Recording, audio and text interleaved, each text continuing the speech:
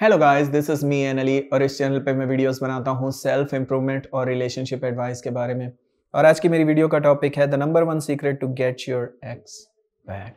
Number one secret क्या है जिससे आप अपनी एक्स पार्टनर को वापस हासिल कर सकते हैं। इस टॉपिक पे बात करने से पहले मैं कहूँगा प्लीज़ सब्सक्राइब कर दो मेरे चैनल को ताकि आने वाली हर एक वीडियो आपकी हेल्प कर सके, क्योंकि मैं डेली वीडियोज़ बनाता हूँ। और अगर आपके क्वेश्चन हो आप पूछ सकते हैं, इंस्टाग्राम पे लिंक जो है वो डिस्क्रिप्शन में है। सो नंबर वन सीक्रेट क्या है जिससे आप अपने एक्स पार्टनर को वापस हासिल कर सकते हैं।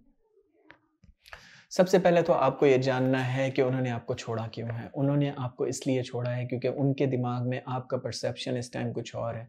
उनके दिमाग में आपकी इमेज कुछ और है। मे बी रिलेशनशिप के शुरू में आपकी इमेज कुछ और थी, वो आपसे प्यार कर रहे थे, आपको चेस कर रहे थे, वो कुछ आपको समझते थे, वैल्यूएबल समझते थे। मे बी वो फाइनेंशियल रीजंस की वजह से, मे बी आपके लुक्स की वजह से, और मे बी आपकी अच्छी बातों की या अच्छे एक्सपीरियंस और अच्छी आदतों की वजह से।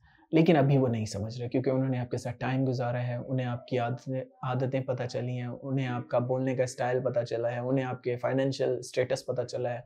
बहुत सी रीज़न उनको पता चली हैं जिसकी वजह से, उनमें से किसी एक रीज़न की वजह से उन्होंने सोचा, जो उनकी नज़र में वैल्यूएबल रीज़न होगी, उन्होंने सोचा कि इसको छोड़ा जाए। या ऐसा भी हो सकता है, सेकंड ऑप्शन ये है कि उनको कोई और पसंद आ गया हो, ठीक है? और क्योंकि उनको कोई और पसंद तब आता है जब आपकी अहमियत कम हो जाती है, ठीक है? आपकी अहमियत कम ही थी तभी तो वो किसी और की तरफ अट्रैक्ट हुए। अगर आपकी अट्रैक्शन वैसी ही होती जैसे रिलेशनशिप के शुरू में थी तो वो इधर-उधर देखते भी नहीं। आपने कभी नोट किया है कि रिलेशनशिप के शुरू में वो कितना फ़ोकस्ड होते हैं आपके ऊपर, क्योंकि उस टाइम आपकी अट्रैक्शन बहुत ज़्यादा होती है उनकी नज़रों में। लेकिन टाइम के साथ-साथ आपकी अट्रैक्शन कम हो गई तभी वो भी इधर-उधर और ऑप्शन देखने लग गए। सो आपका परसेप्शन खत्म हो गया है। आपकी इमेज खत्म हो गई है और उस इमेज को बिल्ड करना है। अब उस इमेज को कैसे बिल्ड करेंगे? फर्स्ट ऑफ ऑल आपको आइडेंटिफ़ाई करना है कि किस वजह से इमेज खराब हुई है। अगर आप लड़के थे और आप बहुत नीडी बिहेवियर शो कर रहे थे, इमोशनली वीक बिहेवियर शो कर रहे थे, चिपक रहे थे उससे सुबह-शाम, जान-जान ये वो कर रहे थे, तो mostly girls don't like that. वो चाहती हैं अल्फा मेल हो, तो आपको ये परसेप्शन चेंज करना है। अब ये परसेप्शन चेंज कैसे होगा? शुरू में ही जैसे ही उन्होंने कहा उनको ब्रेकअप करना है, वो नहीं चाहते फ्यूचर आपके साथ, आप नो कॉन्टैक्ट पे चले जाएँगे।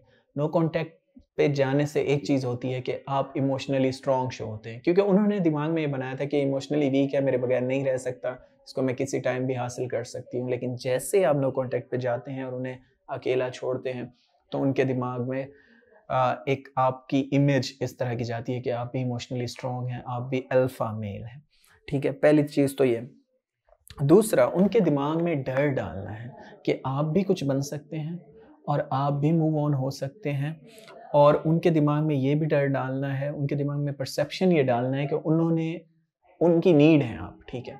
और किसी की नीड हम कैसे बनते हैं? जब हम कुछ वैल्यूएबल होते हैं, तभी हम नीड बनते हैं, जब हम रिसोर्सफुल होते हैं।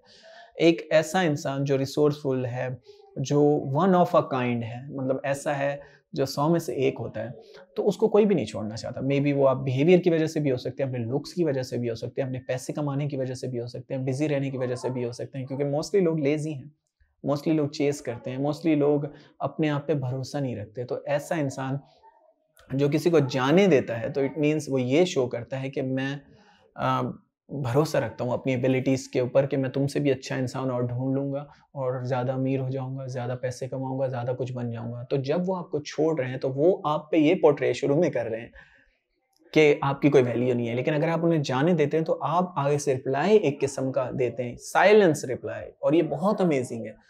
लाज़मी नहीं कि हर रिप्लाई आपको वर्ड्स के थ्रू लिख के या बोल के देना पड़े। कुछ रिप्लाई ऐसे होते हैं जो आप बिना बोले देते हैं। सो ये जो रिप्लाई आप देंगे, बिना बोले उनको देंगे, आप अपनी इमेज क्रिएट करेंगे कि आप भी वैल्यूएबल हैं। अगर वो जा रहे हैं तो आप कोई शेक नहीं होने वाले उससे, आपकी इमोशनल वल्नरेबिलिटी शेक नहीं होगी, आप कोई कमज़ोर नहीं हैं। जब आप जाने देते हैं तो उनके दिमाग में भी डाउट आता है, डर आता है कि यार ये भी कुछ वैल्यूएबल है, ये भी मूव ऑन हो सकता है। सो दैट्स व्हाई उनको जाने दें और नीड क्रिएट करें। नीड कैसे क्रिएट करेंगे कि पहले आइडेंटिफ़ाई करना है कि उन्होंने मुझे छोड़ा क्यों है, ठीक है? फिर उसी चीज़ को पॉलिश करना है, ठीक है? अगर आप बहुत बोलते थे, फ़ज़ूल बोलते थे, तो आपको खामोश रहने वाला बनना चाहिए। अगर आप पूरा दिन फ़ारिग रहते थे, तो कोई जॉब ढूँढें, कोई काम करें, कोई बिज़नेस करें। अगर आप पढ़ाई में बुरे थे, तो वो अगर वो कहती थी कि आपको पढ़ना चाहिए, तो आपको पढ़ना चाहिए, ठीक है? उसके लिए नहीं, कोई भी अच्छी बात आपको कोई भी बता रहा हो, चाहे आपके टीचर हो, फ्रेंड हो, गर्लफ्रेंड हो, कोई भी बता रहा हो, उसको सुन लेना चाहिए, इसमें कोई बुराई नहीं है और उस पे वर्क करने की कोशिश करनी चाहिए एटलीस्ट, ठीक है?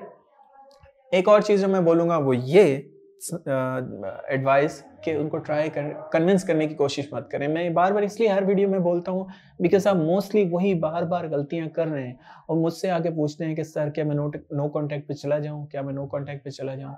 मतलब आप क्या सोच रहे हैं? अब तक क्यों नहीं जा रहे हैं? आपको क्या लगता है कि आप इस तरह उन्हें मना लेंगे? नहीं होने वाला ये। उन्होंने पहले से ही माइंड बना लिया आपको छोड़ने का। तो जितना आप कन्विंस करने की कोशिश करेंगे, आप खुद की वैल्यू गिराएँगे और खुद को ज़लील करेंगे। So that's why it is important कि उन्हें कन्विंस नहीं करना। एक और चीज़ मैं ये कहूँगा एडवाइस नंबर 5 ये है कि ह्यूमन्स आर हैबिचुअल क्रीचर। हम आदतों के शिकार हैं, अपनी आदतों के गुलाम हैं अपने, ठीक है? हम किसी भी चीज़ को आदत बना लेते हैं और एक बार जब हमारी आदत बन जाए तो हमारे लिए मुश्किल हो जाता है। तो इसलिए जब आप गायब हो जाएँगे तो आप उनकी आदत बनी हुई थी आपसे बात करने की डेली फॉर एग्ज़ाम्पल, तो जब आप गायब हो जाएँगे तो उनके ऊपर भी दर्द, पेन और वो साइकोलॉजिकल असर होगा जिसकी वज़ह से वो आपको मिस करेंगे, ठीक है? That's why it is important कि उनको जाने दें ऐसी सिचुएशन में और उनके ऊपर भी थोड़ा एंग्जायटी का असर होने दें। अगर आप उनसे चिपके रहेंगे तो उन्हें कोई दर्द फ़ील नहीं होगा, वो आपको मिस नहीं करेंगे और वो किसी और के साथ मूव ऑन हो जाएँगे और वो तब तक आपके साथ जुड़े रहेंगे जब तक उन्हें कोई और अच्छा पार्टनर नहीं मिल जाता। तो इसलिए जब आप उनको खाली छोड़ेंगे, तो वो भी आपको मिस करेंगे और वापस आएँगे।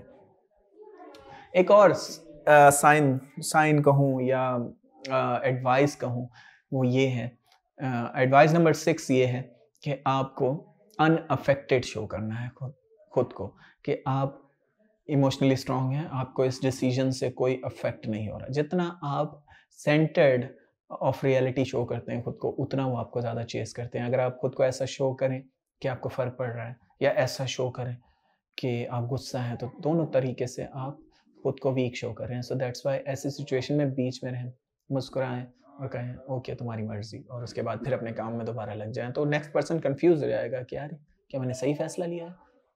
इसको फ़र्क क्यों नहीं पड़ रहा? पहला सवाल उनके दिमाग में यही आता है, इसको फ़र्क क्यों नहीं पड़ रहा? क्योंकि उन्होंने सोचा था कि आप गिड़गिड़ा के उनके पाँव पे गिरेंगे और कहेंगे प्लीज़ मुझे छोड़ के मत जाओ। लेकिन आपने ऐसा नहीं किया। आप स्मार्ट थे और इसी वज़ह से वो पछताने लग जाते हैं। बस ये 6 चीज़ें हैं जिन पे आपको अमल करना है इन द एंड और ये 6 चीज़ें आपका परसेप्शन चेंज कर सकती हैं क्योंकि अभी उनके दिमाग में आपका रॉन्ग परसेप्शन है। तो आपका पहली प्रायोरिटी ये हो कि खुद को बेटर बनाना है। उनके दिमाग में अपनी इमेज चेंज करनी है। जैसे ही इमेज चेंज होगी वो दोबारा चेज़ करने लग जाएँगे। आपको वो पुराना वाला अपना आप बनना है जो रिलेशनशिप के शुरू में थे, जिसकी वज़ह से वो आपसे चिपके हुए थे, आपको चेज़ कर रहे थे। समझ आई बात? ठीक है? So that's it for today. Thanks for watching guys. Have a good day.